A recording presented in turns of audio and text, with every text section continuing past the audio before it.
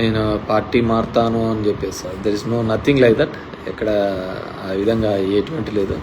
నేను ఆంధ్రప్రదేశ్లో రాజకీయం చేసినంత కాలము కూడా వైఎస్ఆర్ ఫ్యామిలీ వెంబడే ఉంటాము, వైఎస్ఆర్ కుటుంబంతోనే ఉంటాము. దిస్ ఈస్ ఇప్పటి నుంచి కాదు, మేము 35 సంవత్సరాల నుంచి కూడా ఆ ఫ్యామిలీ ఆ కుటుంబం వెంబడే ఉన్నాము.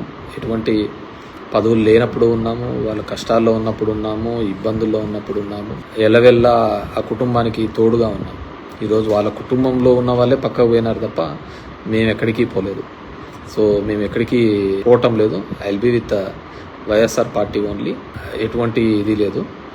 సో మనకు చేతనైనంత వరకు కూడా వైఎస్ఆర్ కుటుంబానికి తోడుగా అండగా నిలబడాలనేది మన ఆలోచన. వాళ్ళలో ఎక్కడైనా కానీ ఏదైనా తప్పు జరుగుతున్నా ఇంకోటి జరుగుతున్నా చెప్పడం మన బాధ్యతగా చెప్పడం, కానీ అంతకుమించి వేరేదేం లేదు. గెలుపు ఓటములు వీరి గురించి కంటే కూడా మనం నమ్ముకున్న వాళ్ళకు అండగా ఉండాలి అనేది నేను మొదటి నుంచి నాకున్న భావన. సో నేను యాక్చువల్గా బేసిక్గా పాలిటిక్స్లోకి వచ్చినది కూడా అదే విధంగా. నా సినారియో కూడా తెలుసు, పొలిటికల్ సిస్టంలోకి ఏ విధంగా రాజకీయాల్లోకి రావడం. మా నాన్న అంతా దూరం పెట్టినది మమ్మల్ని అందరినీ రాజకీయాలకు. కానీ ఎప్పుడైతే మా నాన్న ఆకస్మికంగా చనిపోవడం జరిగిందో, చిన్నాన్న అప్పుడు జైల్లో దూరంగా ఉన్నాడు. అలాంటి సందర్భంలోనే మా వర్గానికి మా గుంపుకు ఎటువంటి హాని జరగకూడదు ఉండకూడదు అనే ఉద్దేశంతోనే నేను తిమ్మంపల్లిలో కానీ అప్పుడు రాజకీయంగా కానీ అక్కడే ఉండాల్సిన పరిస్థితి. లేకుంటే నేనేమేదో మోజుబడో లేకుంటే ఇంకో దాని మీద పడో నేనేమి రాజకీయాల్లోకి వచ్చినది కాదు. ఆ రోజు మా వర్గం కోసము, మా వాళ్ళ కోసము, మా మనుషుల కోసం, మమ్మల్ని నమ్ముకున్న వాళ్ళ కోసము రాజకీయాల్లోకి రావడం చెప్పింది. ఈరోజు కూడా అంతే. మేము వైఎస్ఆర్ కుటుంబాన్ని నమ్ముకున్నాం. సో మంచినా చెడైనా వాళ్ళతోనే సేల్ అవుతుంటాం తప్ప ఇంకా వేరే ఆలోచన అంటూ ఏంది ఉండదు. బేసిక్గా ఇప్పుడు జరగాల్సిన ప్రక్షాళన అంతా కూడా ముందు మన సైడు జరగాలి. ప్రక్షాళన మన పార్టీ సైడు, మన పార్టీలో ఉన్న వాళ్ళ దగ్గర నుంచి ప్రక్షాళన. ఎందుకంటే తిన్నింటి వాసాలు లెక్కబెట్టే దరిద్రమే ఎక్కువగా ఉంది. ఇక్కడే అనుభవించి ఇక్కడే సంపాదించి నిందలు వేసి వెళ్ళిపోయే వాళ్ళే ఎక్కువగా తయారైనారు. సో కాబట్టి ముందు ఇది ఫిల్టర్ చేసుకుంటే శత్రువుతో పోరాడచ్చు. సో ముందు మన దగ్గర ఉన్న ఎదవల్ని తరిమి కొట్టి, మన దగ్గర ఉన్న మోసం చేసే వాళ్ళను తరిమి కొట్టిన తర్వాతనే మనము శత్రువు మీద ఈజీగా కొట్లాడచ్చు. సో ఎందుకంటే ఇప్పుడు నేను నా అబ్జర్వేషన్లో బాగా నేను గమనిస్తున్న విషయం, ఎన్నో ఏండ్లుగా ఉండి మనల్ని నమ్ముకొని బాగుపడి ఉంటారో లాభపడి ఉంటారో, ఎవడైతే బాగుపడి ఉంటాడో, ఎవడైతే లాభపడి ఉంటాడో, ఎవడైతే దొంగవి చేసుకుంటాడో ఇట్లాంటి వాళ్ళే భయపడి తొందరగా పోతూ ఉంటారు అనమాట, తట్టుకోలేక. మనం అన్నీ పర్ఫెక్ట్గా ఉన్నామనుకో ఎటువంటి దానికి భయపడక్కర్లేదు. సరే కొన్ని ఇబ్బందులు అనేది తప్పవులే, ఖచ్చితంగా మన మీద కొన్ని ఇబ్బందులు పెట్టే కార్యక్రమం చేస్తూ ఉంటారు. అలాంటివి చేసినప్పుడు కూడా మనం గట్టిగా నిలదొక్కుని నిలబడితేనే మన కెపాసిటీస్ తిరుగుతూ ఉంటాయి. మనము సమస్య ఉంది కదా అని అటువైపు బెండ్ అయినామనుకో ఇంకేముంటుంది, నీ యొక్క నువ్వు ఎంత స్టేబుల్ ఎంత స్టాండర్డ్ అనేది ఎవరికి అర్థం కాదు కదా. సో నేను మొదటి నుంచి అంతే, మనం ఎప్పుడైతే క్లిష్టమైన పరిస్థితులలో ఉన్నామో అట్ దట్ టైమే మనము ఖచ్చితంగా టఫ్గా నిలబడాలి. మన నమ్ముకున్న వాళ్ళ కోసం నిలబడాలి, మన నమ్మిన సిద్ధాంతం కోసం నిలబడాలి. సో ఏదైనా కానీ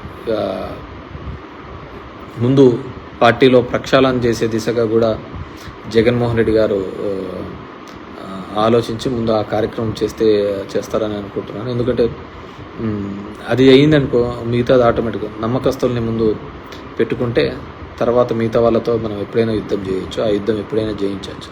సో ఎందుకంటే నాకు అనుభవంలో ఈ ఎలక్షన్స్ నాకు పెద్ద లెసన్స్. నేను 2014లో ఓడిపోయినా కానీ, 9లో గెలిచి 14లో ఓడిపోయినా కానీ నాకు అంతగా అనిపించలేదు. కానీ ఈ 24 ఎలక్షన్స్ చాలా మటుకు నా వల్ల బాగుపడిన వాళ్ళు ఏదో ఒక నింద చేసి తప్పించుకొని పోవడమో లేకుంటే వేరే చోట నాకు నిజంగానే ఇది జరిగింది. సో నిజంగా బాధించబడ్డాను. సో ఇలాంటి గాడిదల కోసమా మనం ఇంతగా చేసినది అని నా దగ్గర ఉన్న కొంతమంది నాయకుల్లో చేసిన పనికి బాధించబడడం జరిగింది. End of the day we have to see public దానిలోకి మనం మంచా ఇది మంచా అనేది రాబోయే 4 ఏళ్లలో తేలుతుంది. ఎండ్ ఆఫ్ ది డే ఎలక్షన్స్లో. కానీ I request our party president Jaganmohan Reddy గారు డెఫినెట్గా తిరుమలకు వెళ్ళి అక్కడ ముక్కొని వచ్చి బయట ఛాలెంజ్ని స్వీకరించి చంద్రబాబుకు ఒక పెను ఛాలెంజ్గా చేస్తే డెఫినెట్గా కూడా మీ మీద పన్న నింద అది ఒక్క జగన్మోహన్ రెడ్డి మీద పన్న నింద కాదు, పార్టీ మీద పన్న మన ఆలోచన విధానం మీద పన్న నిందగా భావిస్తున్నాం. కాబట్టి డెఫినెట్గా ఆ విధంగా ముందుకు వెళ్తే బాగుంటుందని చెప్పేసి కోరుకుంటున్నాను. అండ్ ఎందుకంటే మనం ఈ 10 ఏళ్లలో మనం భరించినది, మనం చేసింది చెప్పుకోలేకపోయినా చెప్పింది చేసినది ఎవడే కానీ ఈ దేశ చరిత్రలో రాజకీయాల్లో ఎవరే కానీ చెప్పిన హామీల కోసం, మేనిఫెస్టోల కోసం పరితపించిన వాడు, పనిచేసిన వాడు ఎవడు లేడు, ఒక జగన్మోహన్ రెడ్డి. డెఫినెట్గా కానీ మామూలుగా అందరికీ అదేదో చెప్తున్నాను కదా, నిజం నోరు దాటే లోపల అబద్ధం ఊరంతా చుట్టేసుకొని వచ్చింది, కొంపంతా కొల్లేరు చేసింది. సో డెఫినెట్గా we're hoping for the best in the గవర్నమెంట్లో కానీ ఏది. సో అనవసరమైన నిందలు, రూమర్స్ కూడా నమ్మద్దని చెప్పేసి ప్రజలకు అందరికీ విజ్ఞప్తి చేస్తున్నాను. అండ్ ఆఫీసర్స్ విషయంలో కూడా ఐ రిక్వెస్ట్, ఇప్పుడు కొంతమంది అత్యుత్సాహం చేసిన గుడ్ లుక్స్ కోసమో, పోస్టింగ్స్ కోసమో డెఫినెట్గా అందరూ సఫర్ అవుతారు. ఇది ఉదయం ఏ విధంగా వస్తుందనో రాత్రి ఆ విధంగా వస్తుంది, రాత్రి ఉంటే మళ్ళీ పొద్దున్నే ఉదయం వస్తుంటుంది. ఈ స్టేట్లో నాకు అర్థమైనది ఏంటి అంటే, ప్రజలకు సాటిస్ఫాక్షన్ లెవెల్స్ బాగా ఇదైపోయినాయి. కాబట్టి ప్రతి 5 సంవత్సరాలకు ఖచ్చితంగా గవర్నమెంట్స్ అనేది మారుతూనే ఉంటాయి. ఏదానికి తృప్తి పొందే పరిస్థితులలో లేరు. కాబట్టి అవన్నిటినీ కూడా రెక్టిఫై చేసుకునే పద్ధతిలో చూసుకుంటాం. ఏ విధంగా చెప్పిన హామీల మేరకు ఏ విధంగా ఆయన నిలబడతాడో, లేదు డబ్బులు లేవు అని చెప్పేసి ఏ విధంగా తప్పించుకుంటాడో. As a said,